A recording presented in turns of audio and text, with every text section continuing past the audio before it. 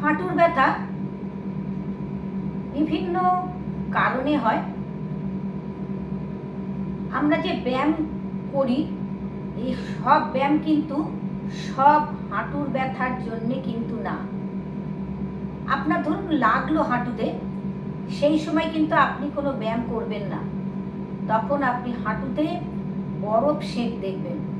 বরফ সেঁক দেওয়ার পরে যদি আপনার হাঁটুর ব্যথা কমে যায়, তখন আপনি ধীরে ধীরে ধীরে ধীরে হাঁটুর ব্যায়াম আপনি করবেন। ডাক্তারের পরামর্শ নিয়ে অথবা কোনো ফিজিওথেরাপিস্টের পরামর্শ নিয়ে আপনি হাঁটুর ব্যায়াম করবেন। বয়সজনিত কারণে হাঁটুর ব্যথা হয়। 60 বছরের ঊর্ধ্বে বয়স, শরীরের সব কিছু কমজোর হয়ে যায়, মাংসপেশিগুলিও কমজোর, সব কমজোর, শরীরের স্ট্রেংথ কমে গেছে, এখানেও কিন্তু আপনার হাঁটুর ব্যথা। অতিরিক্ত ওজন বেশি হলে হাঁটুর ব্যথা। দীর্ঘদিন ধরে আপনার পায়ে লেগেছে, আপনি কোনো ট্রিটমেন্ট করাননি, না বরফ সেঁক দিয়েছেন, না কোনো পায়ের চিকিৎসা করেছেন, সেই পুরনো ব্যথা আপনার এখন বয়সের সাথে সাথে চাগার দিয়েছে। তাহলে আমাদের হাঁটুকে যত্ন করতে হবে। যেমন আমরা শরীরকে যত্ন করি, খাবারকে যত্ন করি, সব কিছু আপনার যত্ন করি, পোশাককে যত্ন করে পরি, ভালো ভালো পোশাক পরি, হাঁটুটারও কিন্তু যত্ন আমাদের সবার আগে চাই। কেন? এই হাঁটু আমাদের শরীরের ভার বহন করছে, আমাদের শরীরকে চালিয়ে নিয়ে যাচ্ছে আমাদের হাঁটু। আজ আপনাদের দুটো এক্সারসাইজ দেখাবো হাঁটুর জন্যে। এই এক্সারসাইজ দুটো করার পরে আপনারা একটু হাঁটবেন। হাঁটার পরে দেখবেন যে কতটা আরাম পেয়েছেন। যদি আরাম পান, এই এক্সারসাইজটাকেই আপনারা চালিয়ে যাবেন। যখনই যে এক্সারসাইজই করবেন খুব ধীরে ধীরে স্লো, আপনাদের দেখবেন আমি যখনই যে ব্যায়াম দেখাই, আসন দেখাই, যা কিছু দেখাই, প্রতি মুহূর্তের মধ্যে কিন্তু আমি আপনাদের বলি স্লো স্লো স্লো। সে বাচ্চা হোক আর বড় হোক আর মাঝ বয়সী হোক, যে কোনো বয়সের জন্যে যে কোনো আসন ব্যায়াম কিন্তু স্লোভাবে করবেন। আগে স্লো করে নিয়ে তারপর ফাস্ট। কিন্তু আমাদের যেহেতু বয়স হয়ে গেছে, এখন আমরা সব কিছুই স্লোভাবে করব কিন্তু আসন ব্যায়াম সব কিছুই আমরা করব, কিন্তু আমাদের সেটা আমরা ধীরে ধীরে। যখন যে কোনো এক্সারসাইজ করবেন খুব স্লোভাবে ধীরে ধীরে করবেন, দেখবেন আপনি উপকার পাবেনই পাবেন। আজকের ভিডিও যারা দীর্ঘদিন ধরে পায়ের ব্যথায় কষ্ট পাচ্ছে, হাঁটা চলা করতে পারছে না, হাঁটু ভাঁজ করতে পারছে না, আজকের ভিডিও তাদের জন্য ডেডিকেট করলাম। এইরকম একটা টাওয়াল নেবেন, টাওয়ালটাকে ভালো করে ভাঁজ করবেন। দেখে নিন, ভালো করে ভাঁজ করে, ধরুন আপনার বাঁ পায়ে ব্যথা, এই বাঁ পায়ের হাঁটুর তলায় টাওয়ালটা দিয়ে দেবেন। যখনই আপনি শ্বাস নেবেন, নিয়ে হাঁটুকে যখন সংকোচন করবেন, আমাদের যে কোয়াড্রিসেপ মাসেল আছে সেই মাসেলের উপর প্রেসার পড়বে, চাপ পড়বে এবং আপনি হাঁটুতে আরাম পাবেন। এই এক্সারসাইজটা আপনি বসে করতে পারেন, আপনি বিছানায় শুয়েও করতে পারেন। আপনাদের দুভাবে দেখিয়ে দেবো। হাতটাকে পেছনে রাখবেন, লম্বা করে ইনহেল করুন, দিয়ে চাপ দিন, কোয়াড্রিসেপ মাসেল পুরো টাইট হবে। 1 2 3 4 5 6 7 8 9 10 11 12 13 14 15 16 17 18 19 20 21 22 23 24 25 26 27 28 29 30, মানে সমস্ত মাসেলগুলো পুরো টাইট। 30। এই এক্সারসাইজ আপনাদের শুয়ে দেখাচ্ছি, দেখে নিন। টাওয়ালটাকে একটু সরিয়ে দিলাম,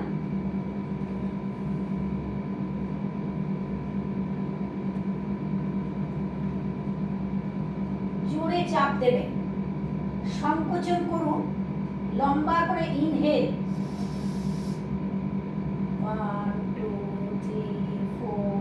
5 6 7 8 9 10 11 12 13 14 15 16 17 18 19 20 21 22 23 24 25 26 27 28 29 30 যখন আপনার ডান তৃতীয় এক্সারসাইজ এইভাবে শুয়ে পড়বেন, খুব স্লো ভাবে পাকে নিয়ে আসবেন। দেখে নিন আমি কিভাবে নিয়ে আসছি। আপনি হাঁটু ভাঁজ করতে পারছেন না, শ্বাস ছাড়তে ছাড়তে নিয়ে যান। আবার ধীরে ধীরে, একদম আস্তে আস্তে, স্লো স্লো ভাবে।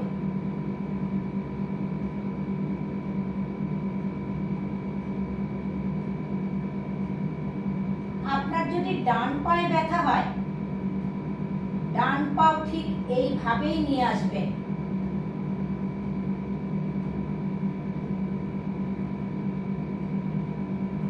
যেভাবে নিয়ে আসবেন সেইভাবেই পাকে আবার নিয়ে যাবেন ধীরে ধীরে।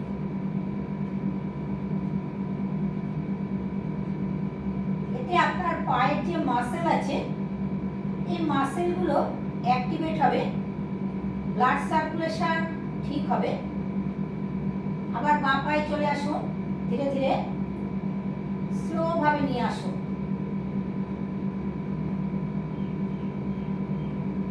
নিয়ে এসে এখানটা একটুখানি রেখে দিন, স্টে করুন 30 সেকেন্ড। 1 2 3 4 5 6 7 8 9 10 11 12 13 14 15 16 17 18 19 20 21 22 23 24 25 26 27 28 29 30 খুব স্লো ভাবে নিয়ে যান।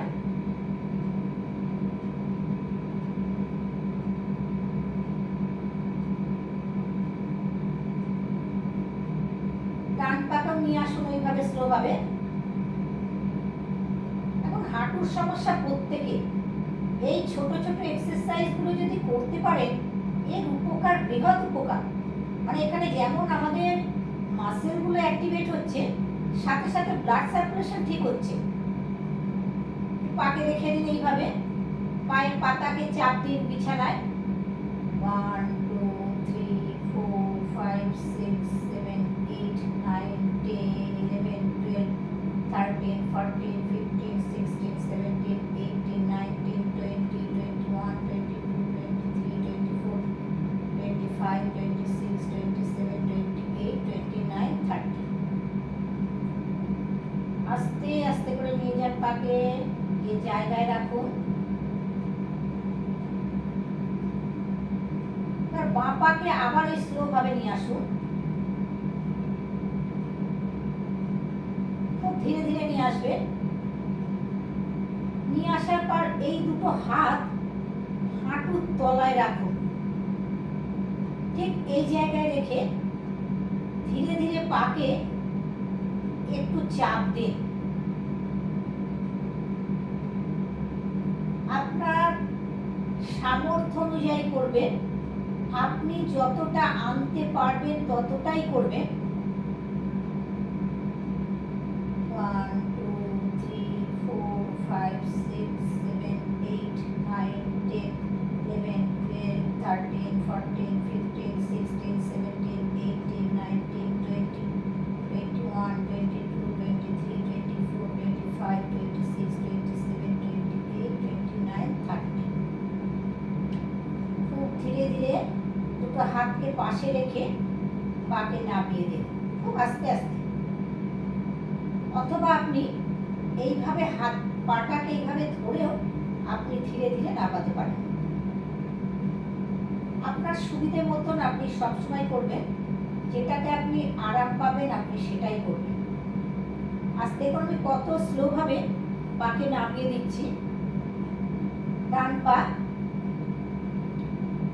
খুব আস্তে আস্তে করে নিয়ে আসুন ডান পাকে। আপনারা ঠিক এইভাবে ধীরে ধীরে নিয়ে আসবেন।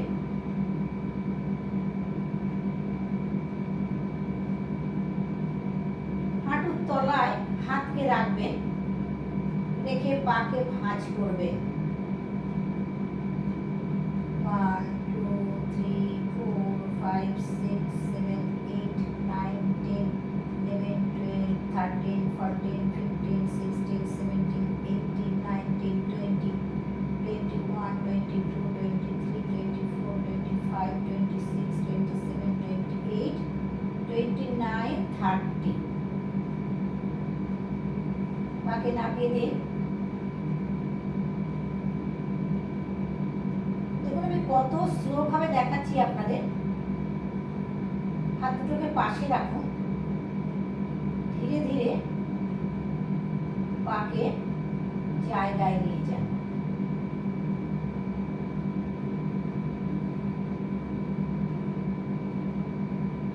এবার ডবল পা, দুটো পাকে কিভাবে করবেন, এই দুটো পা যখনই করবেন হাঁটুর তো উপকার পাবেনই, তার সাথে সাথে আমাদের কোমরের L5 L4 এর যে সমস্যা হয় কোমরে ব্যথার জন্য, যে সাইটিকা পেন হয়, এই সাইটিকার ব্যথার জন্য আপনি উপকার পাবেন। তাহলে একটা এক্সারসাইজ করলে পরে আমরা সমস্ত শরীরের সব অঙ্গের আমরা উপকার পাই। দেখে নিন।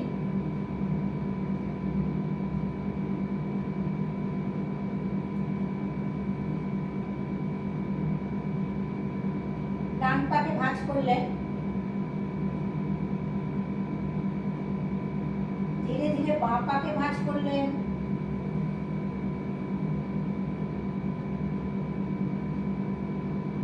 দুটো পাকে এইভাবে রেখে দিলেন। আস্তে আস্তে করে দুটো হাত এখানে রাখলেন, যতটা সম্ভব হবে পাকে চাপ দিন। যখনই চাপ দিচ্ছেন L4 L5 এর যে আপনার সমস্যা আছে কোমরে, সেই সমস্যা আপনার কিন্তু কোমরে ব্যথা আপনি অনেক আরাম পাবেন, সাথে সাথে কিন্তু পায়ের ব্যথার আরাম পাবেন। তাহলে একটা এক্সারসাইজ করলে আমরা কতগুলো রোগের থেকে আরাম পাই। হাতকে সরিয়ে দেবে, ধীরে ধীরে পাকে নামিয়ে দেবে।